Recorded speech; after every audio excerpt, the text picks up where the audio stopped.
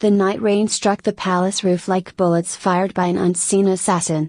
Lightning tore across the sky, painting the ancient corridors in flashes of cold blue light. It was past midnight when the alarm buzzed, an encrypted call from a source buried deep within the royal financial. On the other end, a trembling voice whispered a name that sent shivers down the spine of every gatekeeper of the crown. This was no ordinary whisper.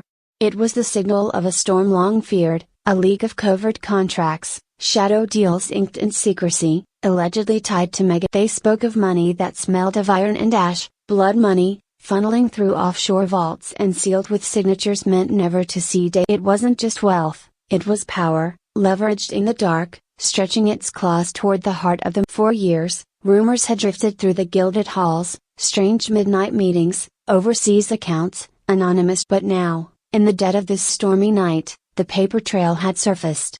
Not through royal channels, not by willful confession, but through betrayal, a former ally, turned ghostly whistle. And as the palace clock struck 2 a.m., an emergency council convened.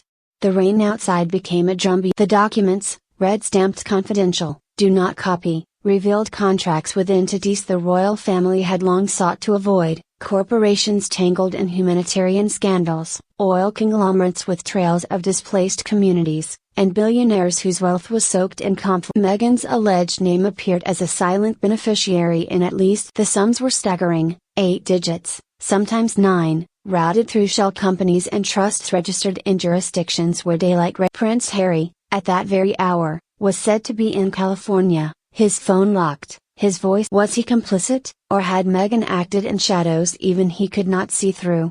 Those close to the Sussex circle whispered of late-night flights, private lawyers, and a particular night in Montecito where a single signature changed the trajectory of their fortune. The storm that night wasn't just in the sky, it was brewing in the heart of the King. Charles, frail yet fiercely protective of the crown, demanded answers. Prince William, heir and burdened with duty, reportedly slammed a dossier onto the table, shouting, "This is not just money, this is a weapon against the very blood." Outside, the media sensed a tremor. Paparazzi lenses glistened with raindrops, ready to catch the first flick. The public, already fractured by years of royal rifts, now sniffed betrayal that could corrode what was left of the family's. And Meghan? Sources claimed she was eerily calm. While aides scrambled, she allegedly made calls, 2 to her legal team, 1 to a media strategist, and 1 more, in the heart of the storm, to someone only marked in records as M. Some believed it was a billionaire magnate from the Middle East, others a Silicon Valley titan with whom she had shared private dinners. Whoever it was, the call was encrypted and vanished without trace. As dawn crept over Buckingham's rain-slicked stones, the true horror of the leak unfolded. The contracts contained clauses, philanthropic initiatives tied to donations that never reached their causes, consulting fees masked as royal endorsements, and a chilling phrase repeated in several, payment upon destabilization. Was Meghan merely a pawn in a larger game, or the architect of a strategy meant to rewire royal influence toward her own? Prince Harry finally broke his silence 3 days later, not with a press conference, but a cryptic statement, "Not all. Some are forged in the dark, and some we are forced to sever." Analysts parsed it as a veiled separation, from the contracts, or from Meghan herself. No one could tell. Investigators traced the money. One trail led to an investment firm with rumored ties to post-war reconstruction deals. Another to a luxury media production that had quietly gone bankrupt after a sudden infusion of cash. And a third, most damning of all, to a foundation allegedly funding lobbying efforts against certain Commonwealth agreements. The monarchy's lawyers prepared their arsenal.